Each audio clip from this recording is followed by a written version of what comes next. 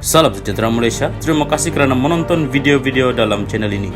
Sebelum kita mula, jangan lupa untuk tekan tombol subscribe, share, like dan komen. Let's go!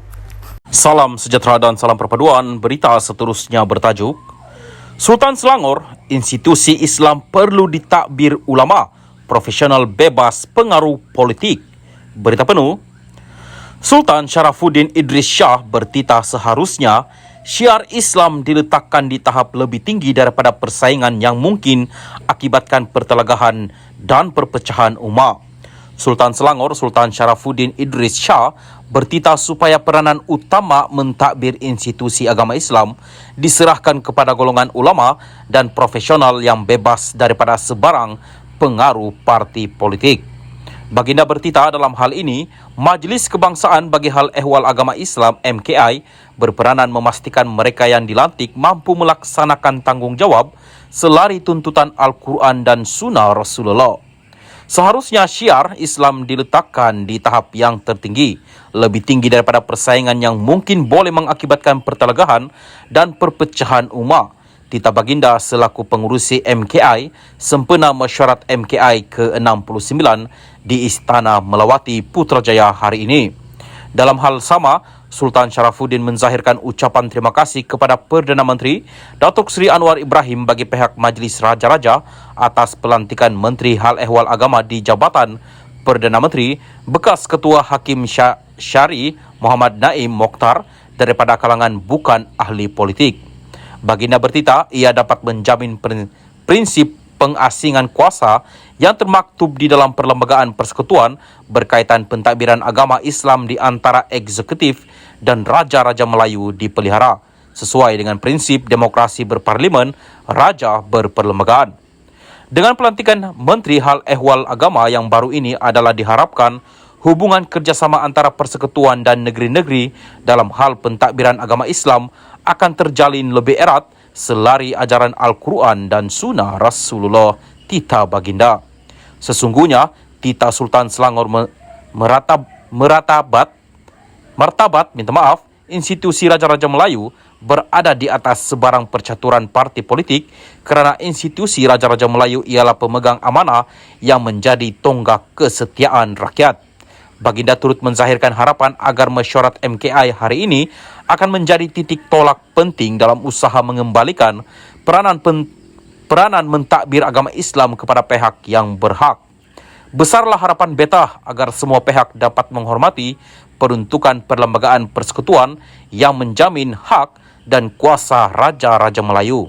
Beta yakin dengan bermulanya lembaran baru ini, Majlis Raja-Raja sebagai suara Raja-Raja, pemerintah di Malaysia dapat memainkan peranan sewajarnya untuk memajukan pentadbiran Islam di peringkat persekutuan dan membolehkan hubungan lebih akrab dengan negeri-negeri Tita Baginda.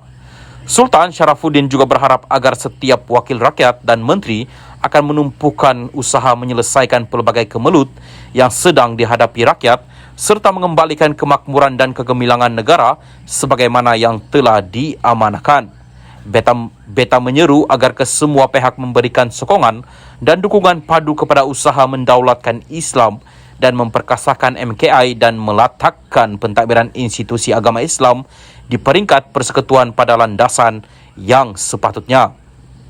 Wakil-wakil di negeri masing-masing juga hendaklah mengusulkan apa-apa cadangan yang telah dilaksanakan di peringkat negeri yang sesuai dikongsikan untuk kepentingan bersama bagi negara kita dan umat Islam Tita Baginda lagi. Sultan Sharafuddin juga berpesan kepada ahli MKI supaya menghormati pandangan negeri-negeri dan menjaga hubungan baik persekutuan dengan negeri-negeri agar pentadbiran agama Islam di negara ini dapat berjalan licin dan penuh persefahaman. Baginda bertitah bahawa jaminan diberikan Perdana Menteri untuk tidak mengiktiraf golongan lesbian, gay, biseksual dan transgender LGBT dan mengenai konsep negara sekular adalah bertetapan pada waktunya bagi memberi keyakinan kepada rakyat bahawa kerajaan serius dalam memelihara prinsip Islam berteraskan kepada ahli sunnah wal jamaah. Salam sejahtera dan selamat malam. Berita seterusnya dipetik dari Malaysia kini bertajuk Muhyiddin mohon RM RM300,000 kepada MP bantu mangsa banjir. Berita penuh, Bekas Perdana Menteri Tan Sri Muhyiddin Yassin mencadangkan kerajaan memberikan peruntukan sekurang-kurangnya RM300,000 kepada semua ahli parlimen termasuk dari pembangkang bagi membolehkan mereka menyalurkan bantuan segera kepada mangsa banjir di kawasan masing-masing. Mengucapkan terima kasih kepada Perdana Menteri Datuk Seri Anwar Ibrahim yang menyalurkan bantuan segera banjir berjumlah RM50 juta kepada Johor, ahli Parlimen Pagau itu turut mencadangkan supaya jumlah bantuan berkenaan dinaikkan.